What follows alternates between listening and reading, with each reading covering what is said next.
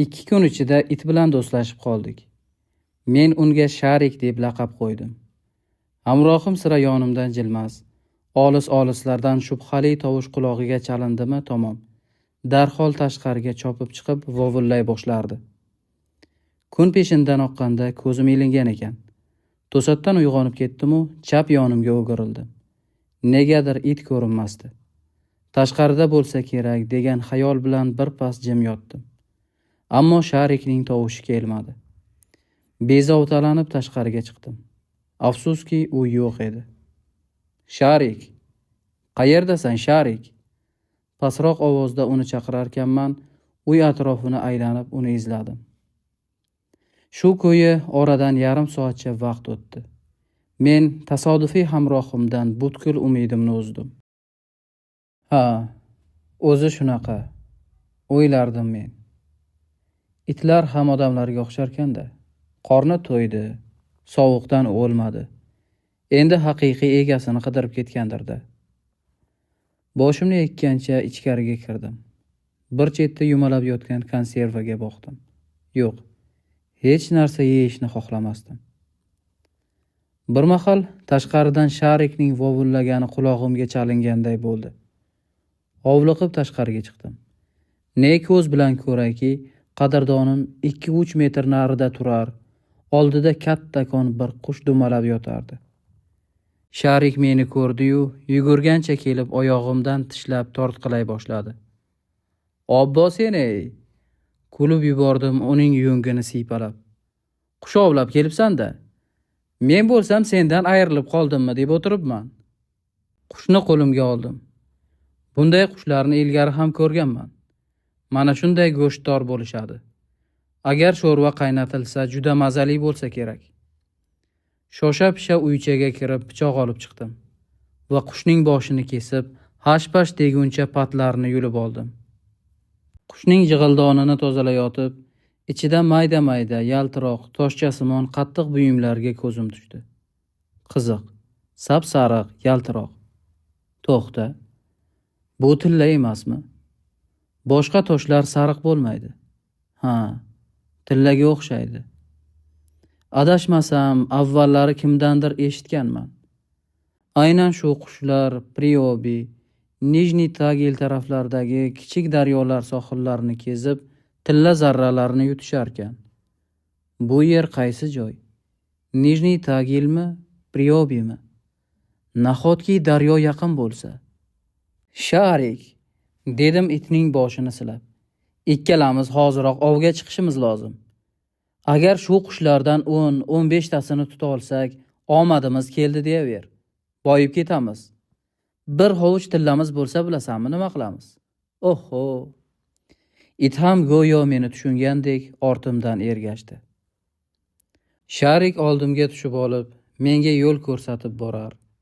Men umrimda ko'rmagan botqoqliklardan kechib o'tishga mahkum edim.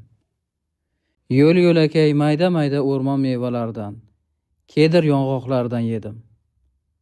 Shu ko'yi biz 10 chaqirimcha yo'l bosib, nihoyat kichik bir daryo bo'yidan chiqdik. Sharik sohilga yetganimizdanoq u yoqdan bu yoqqa chopib, sohilda kezib yurgan qushlarni quvalashga tushdi.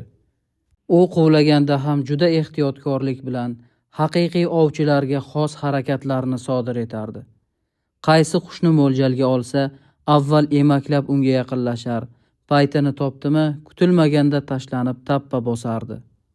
Ovchilarning o'qlari tegib yarador bo'lgan qushlar va ularni tashlab ketishni istamayotgan sheriklari Sharikka oson o'lja bo'lardi. Oddiy jaydari itlar bu ishni bir umr uringanda ham qila olishmaydi. Ko'nglimdan o'tkazdim men. Buni boqib olgan odam erinmay ovga o'rgatgan ekan-da. Qara, har bir harakati hisob-kitobli. Men shu 2 metr bo'yim, bilagim to'la kuch bilan ham bu qadar ov qila olmayman.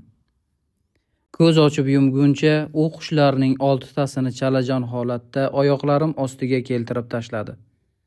Men ham qarab o'tirmay, qushlarning boshini kesib, uychadan topgan xaltachaga joyladim. Shu kecha biz Sharik bilan rostakamiga ziyofat uyushtirdik. Endi tilsiz do'stim, shu atrofdan biror kimsani topsak yomon bo'lmasdi. dedim tashqariga chiqib, uchqunlay boshlagan qorni kuzatarkanman. Bu ketishda so'zlashishni unutib yuborish ham hech gap emas. Sen yonimda ekansan, mushkulim oson bo'lishiga aminman. Mayli. Hozir yotib uxlaylik. Erta tongda yo'lga tushamiz. Tongda hali g'ira-shira yorug' bo'lishiga qaramasdan Sharikni yonimga olib yo'lga tushdim. Tag'in botqoqliklar, chakalakzorlardan o'tishga to'g'ri keldi. Daryoga yetgach, o'ngga qarab yurdik. To'g'ri. Chor atrof qalin o'rmon. Biror uy yoxud chayla ko'zga tashlanmasdi. Ammo sezardim. Daryo oqib o'tibdimi? Demak, bizni odamlar yashaydigan joylarga olib borishi tayin. Ehtiyot bo'lishim zarur. O'ylardim o'zimcha.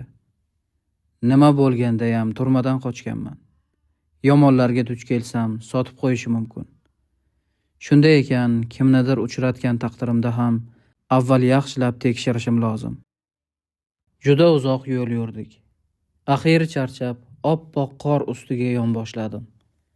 Qornim tatalab, ortiq yo'l bosishga holim yetmasdi. Kel, mana u qushlarni pishirib tamaddi qilaylik, dedim ro'paramga kelib cho'nqaygan Sharikka qarab. O'zingni ham tiling osilib qolibdi. Yaxshilab ovqatlansak, yo'l yurish oson kechadi. Qushlarning jig'ildonidan chiqqan tillalarning vazni sezilarli darajada edi. Ularni yig'ib lattaga o'radimda cho'ntakka joyladim. Shundan so'ng olov yoqib, cho'g'ida novdagi bo'lak-bo'lak holda terib chiqilgan qushlarni pishira boshladim. Shu payt qayerdandir miltiqning gumburlagan ovozi qulog'imga chalinib, hushyor tortdim va qo'limdagi go'shtni bir chetga qo'ydimda qulog'imni ding qildim. Miltiq tovushi o'rmon ichkarisidan kelayotgandi. Yurchi, odam borga o'xshaydi o'rmonda. Sharikni turtkilab turishga undadim. Balki shu odam jonimizga oro kirar. Bu ahvolda ikkimiz ham adoyi tamom bo'lamiz. Sharik oldinda chopib, go'yo menga to'g'ri yo'lni ko'rsatib borar. Har miltiq gumburlaganda vovullab qo'yardi. Biz botqoqlikni aylanib o'tib, so'qmoq bo'ylab boraverdik. Miltiq ovozi ham ancha yaqindan eshitila boshladi. Botqoqlik tugab, chakalakzorlar boshlanganda ikkimiz ham to'xtadik. Chunki bizdan 50-60 qadam narida oq qayin daraxti ostida semizdan kelgan sersoqol, boshiga jundor telpakni bostirib olgan bir qariya o'tirardi. U bizni ko'rdi-yu, dast o'rnidan turib miltig'ini to'g'riladi. "To'xta, otaman!" baqirdi qariya tobora ortga chekinib. "To'xta dedim." Men yurishdan to'xtab, unga qo'l siltadim. "Otaxon, unday qilmang. Biz adashib qoldik. Bizga yordam bering." Qariya shu gapimdan so'ng miltig'ini tushirdi. "Yaqinroq kel. Agar ko'nglingda yomonlik bo'lsa, o'zingdan ko'r." Men Sharikni yetaklagancha qariyaga yaqin borib, so'rashish uchun qo'l cho'zdim. "Qayerdan kelyapsan?" so'radi u sovuqqonlik bilan. Adashib qoldim. Yolg'ondan tushuntira boshladim unga. "Necha kundan beri yo'l topolmay halakman. Iltimos, yordam bering." "Qaysi turmadan qochgansan?" Kutilmagan savolni eshitib, rangim o'zgardi va asta o'rnimdan qo'zg'alishga intildim.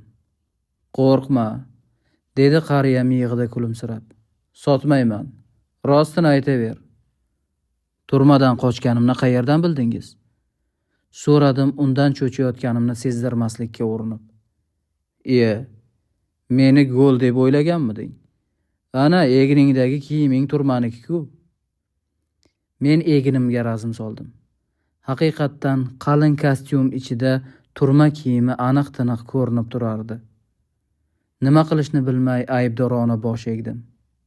"Shu ishni bekor qilibsan", dedi qariya Sharikka zimdan razm solib. "Iye, buni qayerdan topding? Itnimi?" "Ha, bu Zinaidaning ovchi iti-ku." "Aksincha bo'ldi. Itining o'zi meni topdi."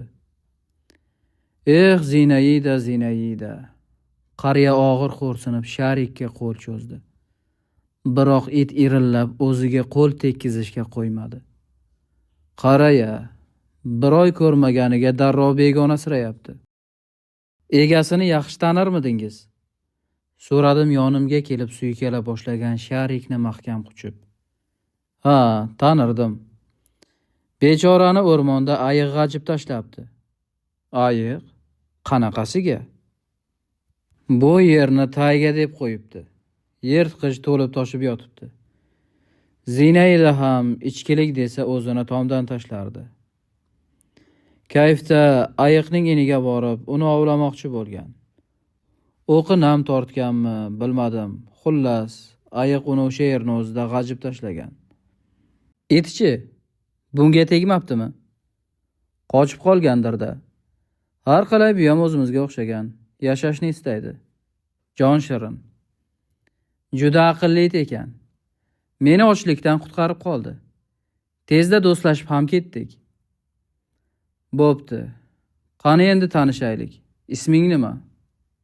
Murod. Meniki Saveli. Iltimos, yordam bering, dedim qariyaga umidvor tikilib. Rostini aytsam, o'rmonda yurish juda og'ir kechyapti. Millating nima? So'radi qariya menga shubha aralash boqib. Kavkazliklardan emasmisan? Yo'q, men o'zbekman. O'zbek? Yaxshi. Kim bo'lganingda ham menga baribir. Faqat yomonlik qilishni xayolingga keltira ko'rma. Aks holda o'zingga jabr bo'ladi. Yordam bersangiz, yaxshilikni unutadiganlardan emasman. Xo'p, ishondim. Endi bunday qilamiz. Saveli atrofni kuzatgan bo'ldi-da, bazo'r egilib qo'liga miltig'ini oldi. Senlarni chaylamda qoldirib turaman. Qiladigan ishlarim bor. Balki mening yordamim kerakdir. Yo'q, kerakmas. O'zim amallayman. Qani, ketdik. Vaqtni bekorga o'tkazish yaramaydi. Sharik ikkimiz Saveli amakiga ergashdik. Saveli amakining uyiga juda tez yetib bordik. Yo'g'on qayin daraxtidan qurilgan bu uy men yashagan uychaga nisbatan tartibliroq edi. O'rtada xontaxta ustida non, qovurilgan go'sht qo'yilgan. Qorning ham ochgandir? So'radi qariya bir chetda indamaygina kelib yotib olgan Sharikka tabassum bilan qarab qo'yarkan. Yo'q, bosh chayqadim men. Biz yo'l-yo'lakay tamaddi qilgandik. Nima tamaddi qilding? Nonmi? It menga qushlar ovlab berdi. Maqtanib qo'ydim. Ikkovlashib pishirdik. Shunaqami? Oltin ham topgandirsan unda? Oltin? Qayerdan? Qushlarni daryo bo'yidan ovlagan bo'lsang, demak, oltin ham topgansan. Siz buni qayerdan bilasiz? Axir men bu o'rmonni 50 yildan beri deyarli har kuni kezaman. Oltining bo'lsa ehtiyot qil demoqchiman. Tushundim. Biz Saveli amaki bilan yarim tunga qadar gaplashib o'tirdik. Undan o'rmonning ko'plab sir-sinoatlarini bilib oldim. Bo'pti, endi yotib uxlaylik, dedi qariya suhbatni yakunlab. Men Sharikka bir qarab oldim-da, uxlayotganiga amin bo'lgach, ko'zlarimni yumdim. Bugun qor qalin bo'ladi, dedi Saveli amaki ertalab bulutli osmonga tikilib. Payqadingmi? Havo sal iliq tus olibdi. Ha, payqadim, javob qildim men. Endi gaplarimga yaxshilab quloq solig'itcha. Saveli amaki yelkamdan tutib meni ichkariga boshladi. Mana, sen bilan gaplashdim, kimligingni anglab yetdim. U qadar yomon yigitga o'xshamaysan. Ha endi turmaga ham faqat yomonlar tushavermaydi-ku. Xullas, sen bola menga yoqding. Shuning evaziga seni bugun bir ayol bilan tanishtirib qo'yaman. Nima deysan? Qanaqa ayol? Tushunmadim. Ismi Tanya. Yoshi xotiram pand bermaydigan bo'lsa, 40lar atrofida. Yolg'iz yashaydi. O'shaning yonida bo'lsang, har holda picha nafas rostlaysan. Ungacha senga yangi pasport to'g'irlab beraman o'zim. Pasport? Nega? Obbo, ezib yubording-ku o'zing ham. Qo'l siltadi qariya. Hujjating yo'q-ku yoningda. Qolaversa qidiruvdasan. Bu yog'ini o'yladingmi? Ha-ya. Bosh qashib oldim men. Bu yog'ini o'ylamabman. Yoshsan-da yigit, yoshsan. Yaxshiki menga ro'para bo'lding. Bir battolga duch kelsang bormi? Allaqachon turmada o'tirgan bo'larding. Xudo asrasin, dedim men. Siz aytgan ayolchi sotib qo'ymasmikan? Go'rga sotarmidi? Erkakka zor bo'lib o'tiribdi-ku. Sotish deysan-a. Seni odam bashara qilib qo'yadi. Yangi kiyimlar beradi, kirlaringni yuvadi, mazali ovqatlar pishirib beradi. Qayg'urma. Men hujjatni bir haftada tayyorlab tashlayman. Faqat yoningdagi oltinni berishing kerakka o'xshaydi. Har qalay pasportni tekinga tutqazib qo'yishmasa kerak. Mayli, beraman, dedim shunday mehribon odamga yo'liqqanim uchun ich-ichimdan quvonib. Xo'p, endi yo'lga tushaylik. Uzoq yuramizmi? Yo'q, taxminan yarim soatlarda yetamiz. Kechirasiz, bir narsa so'ramoqchi edim, dedim sal ikkilanibroq. Nimani so'raysan yana? Bu yerlar qayer o'zi? Sir anglay olmayapman. Bu yerlarmi? Nijniy Tagil deyishadi. Eshitganmisan shunaqa joyni? Ha, eshitgandayman. Unda oldimga tush. Qor uchqunlagisi kelyapti. Tezroq yetib olaylik.